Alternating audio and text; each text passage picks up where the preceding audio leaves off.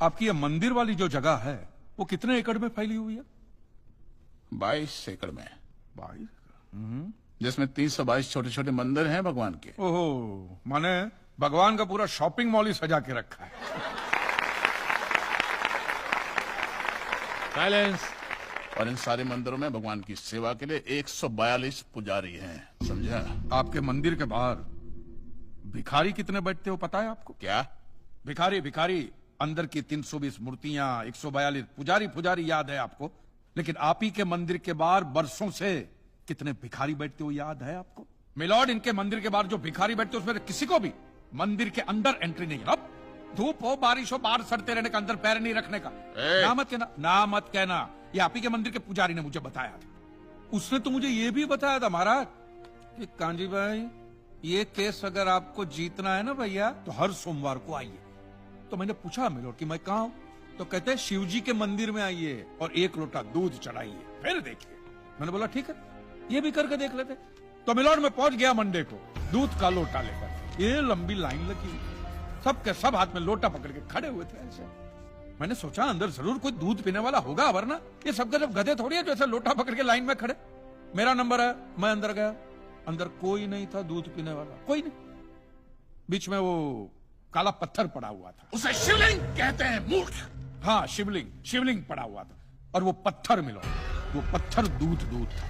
और वो पत्थर के बिल्कुल बगल में से छोटी सी पतली सी नाली में से वो सारा दूध बाहर की ओर जा रहा।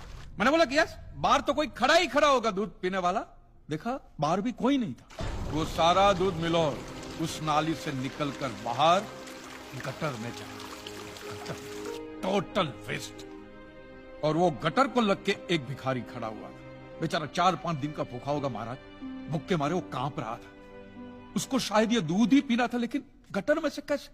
तो उस भिखारी को मैंने मेरा दूध का लोटा दे दिया। और दूध पीकर उसने मुझसे क्या कहा पता है? भगवान तेरा भला करे।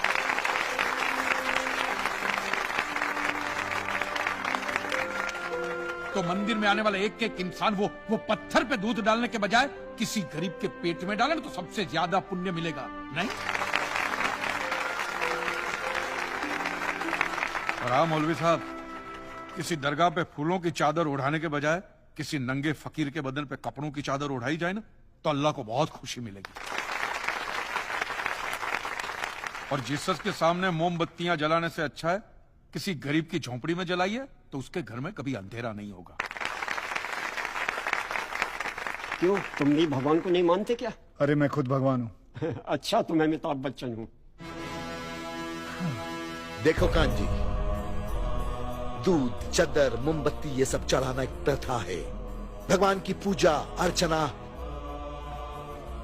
इन सब का मूल्य तुम नहीं समझोगे क्योंकि तुम एक नास्तिक हो।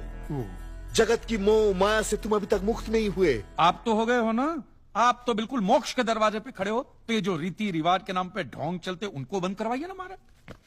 शनिवार को हनुमान जी की मूर्ति पे कितना तेल बर्बाद होता है पता है आपको? लोग 2 रुपये के 5 रुपए के सिक्के यूं यूं यूं करके मूर्ति पे चिपकाते हैं। हनुमान जी इन सारे चिल्लर का क्या करेंगे? कांजी भाई बिल्कुल ठीक कह रहे हैं। साईं बाबा अपनी पूरी जिंदगी गरीबों के लिए और गरीबी में जिए। जब तक वो जिंदा रहे तेल की एक एक बूंद के लिए दर बदर भटकते रहे। और आज उनके मरने के बाद उनके लिए करोड़ों का सिंहासन, सोने का मुकुट, किसके लिए बताइए महाराज। एक बात बताइए, जो भी भक्त भगवान की श्रद्धा से सच्चे दिल से भक्ति करता है उस पर तो उस परम कृपालु की कृपा दृष्टि रहती है ना? रहती है ना? आया ना? तो चलिए महाराज, मुझे यह बताइए कि अमरनाथ और वैष्णो देवी की यात्रा पे जाती हुई बस नीचे खाई में क्यों गिर जाती है? वो तो भगवान की भक्ति के लिए जा रहे थे, श्रद्धा से भजन गाते गाते जा रहे थे। तो भगवान ने डायरेक्टली उनको ऊपर बुला लिया। और आप मुझे एक गाड़ी ऐसी बताइए जिसका एक्सीडेंट हुआ हो और जिसके अंदर भगवान की मूर्ति या फोटोग्राफ ना हो। बताइए।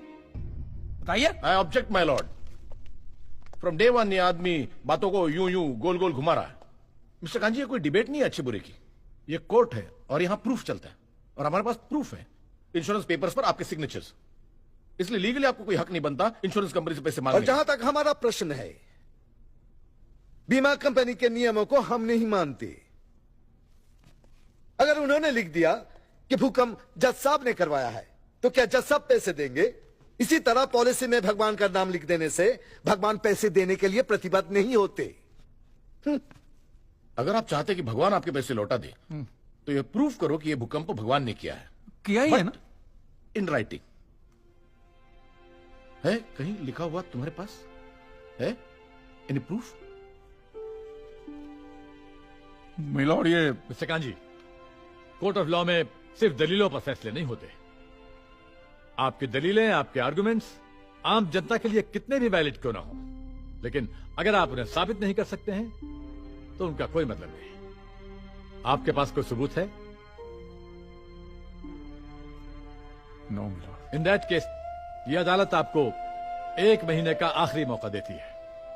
अगली डेट पर अगर आप सबूत नहीं पेश कर सके तो I am afraid you will have to rest your case and all others. Court is adjourned for the day. Relax. अगली बार इस कोर्ट में नजर आए ना तो माननी का ऐसा केस ठोकूंगा, पहने हुए कपड़े भी उतर जाएंगे। Relax.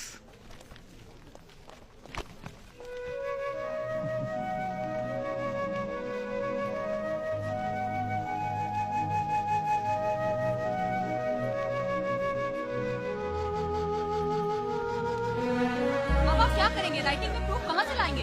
Because you are not alone, Mr. Kanji. It's a matter of crores of rupees. बहुत से लोगों की उम्मीद आपसे लगी हुई है। सर, राइटिंग में प्रूफ कहाँ से लाएंगे आप सर? कांजी भाई, बहुत से लोग आपके साथ जुड़े हुए हैं। कांजी भाई।